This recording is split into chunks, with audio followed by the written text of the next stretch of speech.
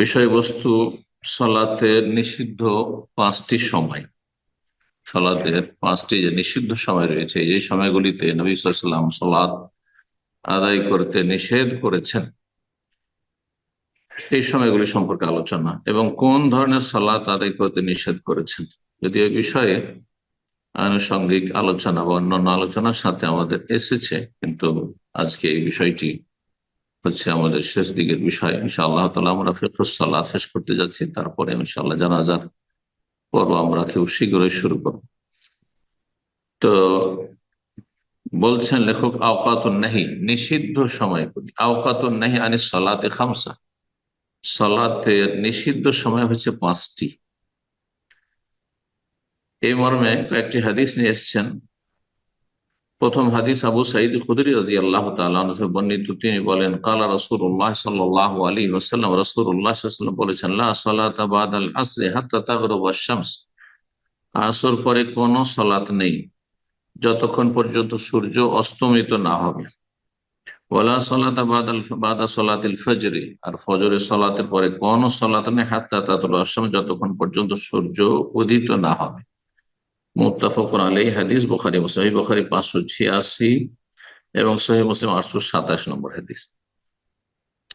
তো এই হাদিস থেকে আমরা কি জানলাম? জানতে পারলাম যে দুটি সময় সম্পর্কে শুধু জানলাম। আসরের পরে কোনো সালাত নেই সূর্য অস্ত হওয়া পর্যন্ত, আর ফজর পরে কোনো সালাত নেই সূর্য উঠা পর্যন্ত। তাহলে দুটি সালাত হচ্ছে নিষিদ্ধ সময় এই হাদিসের আলোকে। এই দুটি সময়, আরো তিনটি সময় সামনের হাদিসে আসছে।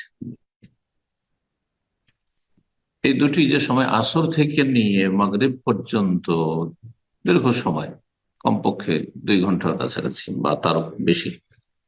এইরকম ফজর পর, ফজর শেষ করার পরে সূর্য ওঠা পর্যন্ত প্রায় সোয়া ঘন্টার মতো সময় থাকে সাধারণত সৌদি আরবে, যা দেখা যায়। এখন কেউ বিলম্ব করে সালাত আদায় করে সূর্য ওঠার 15 মিনিট আগে, 20 মিনিট আগে, সেটা সুন্নতের খেলাফ সালাত। কিন্তু যথাসময়ে শুভ সাদেকের পরে যদি আধা ঘন্টাও সময় দেওয়া হয় আর তারপরে সালাত শুরু করা হয়, তারপরে দেখা যাবে যে 1 ঘন্টা বা তারও বেশি সময় এখন সূর্য উদয় হতে আছে। এই যে দুটো সময় রয়েছে, এই দুটো সময় হচ্ছে আওকাতুন নাহি, নিষিদ্ধ সময়, কিন্তু মুআসসা মানে প্রশস্ত সময়। এই সময়গুলিতে কারণগত সালাত পড়া যাবে, কারণগত সালাত পড়া যাবে।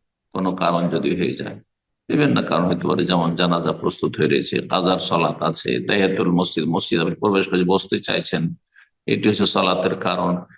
এখনই আপনাকে সিদ্ধান্ত নিতে হবে, ইস্তেখারা করতে হবে, সুতরাং ইস্তেখারার সালাত, যে কোনো কারণগত সালাত।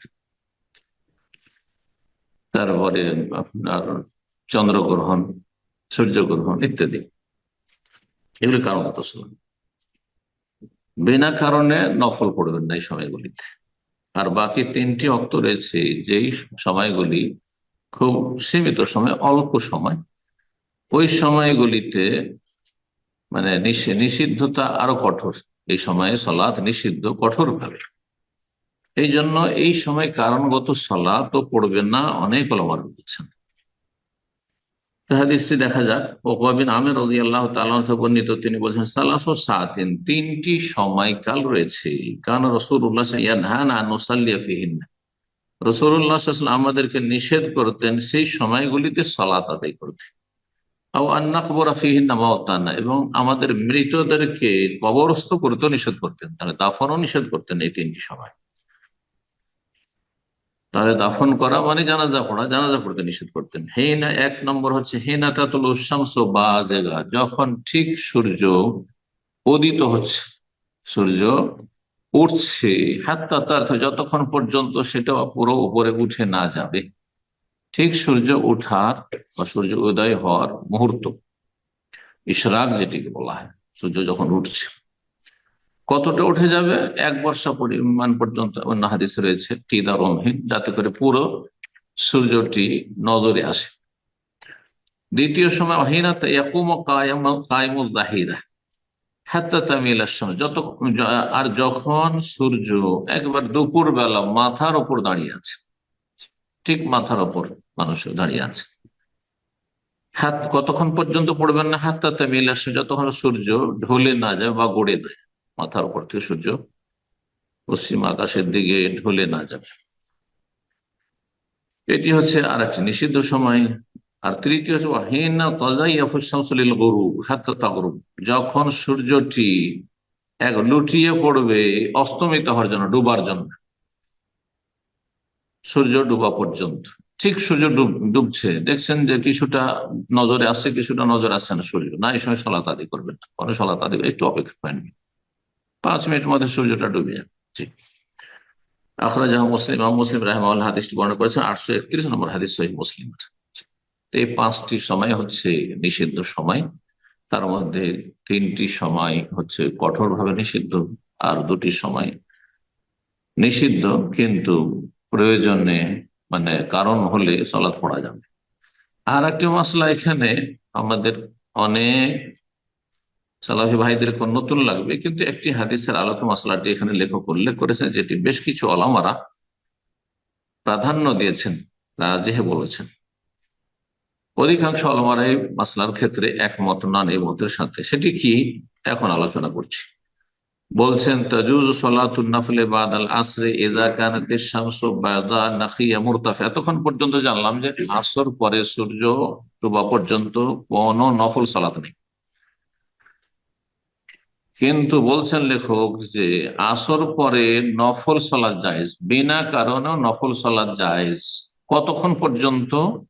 ইযা কানাতিশ শামসু, যতক্ষণ পর্যন্ত সূর্য ফর্সা উজ্জ্বল হয়ে আছে, মানে সূর্যে আলো আছে, তাপ আছে। তারপরে কি হয়ে যাবে? সূর্য হলুদ বর্ণ হয়ে যাবে, এসফেরার যেটাকে বলা হয়েছে। হলুদ বর্ণ হওয়া পর্যন্ত হয়ে গেলে না চলবে না, তখন সূর্য ডুবার মোটামুটি আধা ঘন্টা আগে থেকে সূর্যের রং হলুদ হতে চলে, ওই সময় নফল সালাত চলবে না। কিন্তু তার আগ পর্যন্ত ধরেন, যেমন আমরা দমাম এখানে মক্কা মদিনা থেকে 45 মিনিট আগে আমাদের সালাতের সময় হয়ে যাচ্ছে, তো এখানে সালাতের আজকের সময় 3:08-9 এই সময়টি আসর।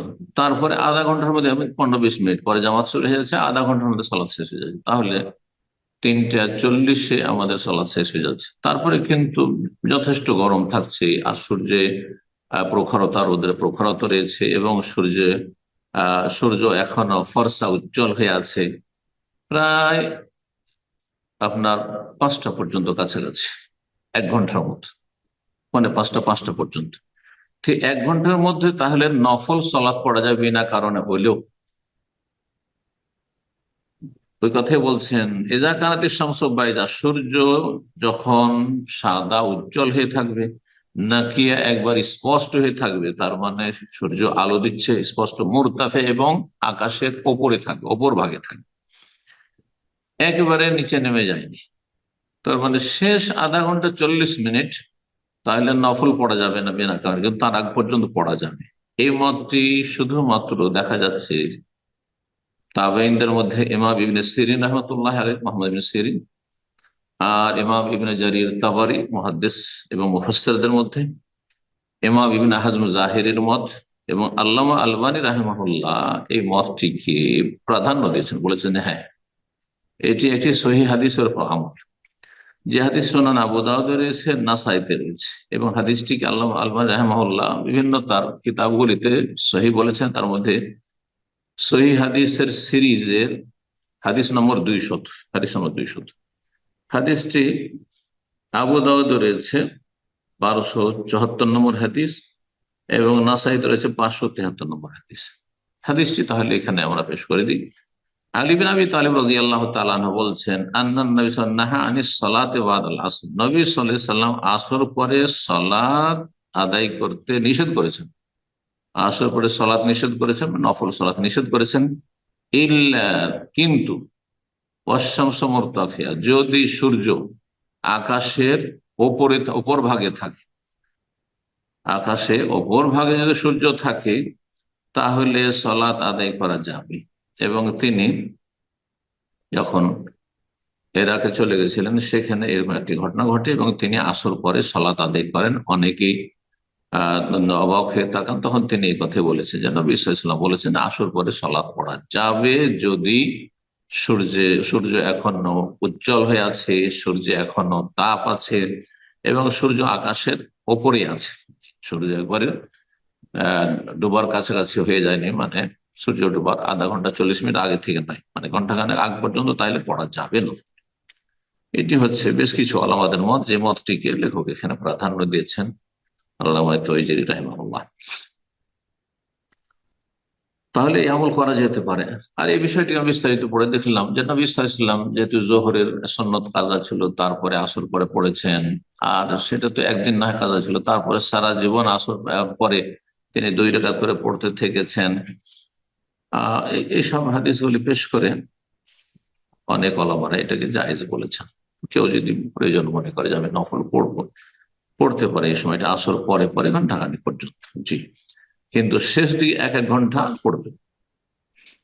আল্লাহ তাআলা অধিকাংশ ওলামারা, সালাফি ওলামারা, এমনকি হানাবিলা, শাওয়াফি, মালিকি, হানাফি ছাড়া তারা বলছেন যে কারণগত সালাত চলবে, কিন্তু বিনা কারণে সালাত চলবে না আসর থেকে মাগরিব পর্যন্ত। আর হানাফি মাযহাব হচ্ছে যে না, কারণ কোনো নামাজই চলবে না। তাহলে তাদের কাছে ইস্তেখারা নামাজও চলবে না, আসর পরে, ফজর পরে জানাজা নামাজ চলবে না, তাহলে সূর্য চন্দ্র গ্রহণের নামাজও চলবে না, তাহিয়াতুল মসজিদও চলবে না। এই জন্য এই সময়গুলি তারা কঠোর ভাবে বাধা দিয়ে থাকে। তো একটি হাদিস আমল করে, কিন্তু তার বিপরীত যে হাদিস, দুটো সমন্বয় করে দুটো কথা আমল করা উচিত নবী সাল্লাল্লাহু আলাইহি সাল্লামের, এর উপর হানাফি মাযহাবে আমল হয় না। তারপরে আরো কয়েকটি মাসআলা রয়েছে, আমরা আলোচনা করি। বলছেন ইয়াজুজু কাযাউল ফারাইজ ফি তিলকাল আওকাতিল খামসা, এই যে 5টি নিষিদ্ধ ওয়াক্ত, নিষিদ্ধ সময় সালাতের, এই সময়গুলোতে ফরজ সালাতের কাজা করা যায়। এইরকমই কেউ তওয়াফ করছে বাইতুল্লাহ, তওয়াফের পরে সুন্নত রয়েছে 2 রাকাত সালাত জায়েজ, আসর পরে, ফজর পরে, এবং একবারে কঠোর নিষিদ্ধ সময়, ঠিক সূর্য উঠছে, ঠিক সূর্য মাথার উপর সূর্য ডুবছে, ওই সময়ও জায়েজ। অমালাহ সাবাবুন, আর কারণগত যে নামাজ সেটিও জায়েজ। কারণগত নামাজ যদি হয় তো এই 5 টাইমে জায়েজ, যেমন তাহিয়াতুল মসজিদ। তবে কিছু কিছু আলেমারা বলেছেন ঠিক যখন সূর্য ডুবতে যাচ্ছে, সূর্য উঠছে, এখন ধরেন 2-3 মিনিটের মধ্যে সূর্য ডুবে যাবে, 2-3 মিনিটের মধ্যে আপনার সূর্য উঠে যাবে, তাহলে একটু অপেক্ষা করে নেন। অনেকেই বলেছেন, লেখক বলছেন যে কারণগত সালাত যেমন তাহিয়াতুল মসজিদ, এইরকমই উজু করলেন আপনি, তাহিয়াতুল উজু পড়তে চাইছেন, সালাতুল কুসুফ সূর্য চন্দ্রগ্রহণের নামাজ এগুলি পড়তে চাইছেন, বা পড়া সুন্নাতে মুআক্কাদা সূর্য চন্দ্রগ্রহণের নামাজ পড়বেন আপনি এই নিষিদ্ধ সময়গুলিতে, তাহলে ঠিক মাথার উপর সূর্য, ঠিক সূর্য ডুবছে, ঠিক সূর্য উঠছে, এই সময়গুলিতে সালাতুল কুসুফ পড়া যাবে, জি।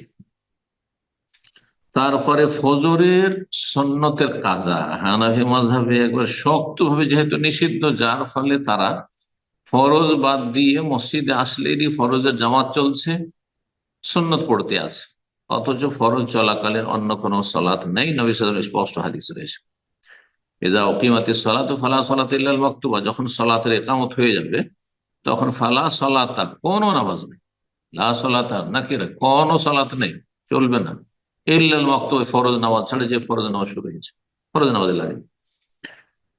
কিন্তু এটা করতে থাকে ইন্ডিয়া, পাকিস্তান, বাংলাদেশের লোকেরা সৌদি আরবে থাকে, দেখা যায় এখানে এসে এই কট্টরপন্থা আসার পরে কোন একটা পিলার খুঁজে দেওয়ালের আড়ে বারান্দাতে শুরু করে দিয়ে শোনা শুরু করেছে, এদিকে জামাত চলছে। যদি আপনি দ্বিতীয় রাকাতে চলে গিয়ে থাকেন, আগে শুরু করেছেন, তাহলে পুরো করে নেন সংক্ষেপে, কিন্তু আপনি নতুন করে শুরু করবেন, এভাবে নামাজ হয় না। আর এটা নবী সাল্লাল্লাহু আলাইহি ওয়াসাল্লামের নাফরমানি। আল্লাহ সঠিক বুঝদান করুন, গোড়ামি দূর করুন।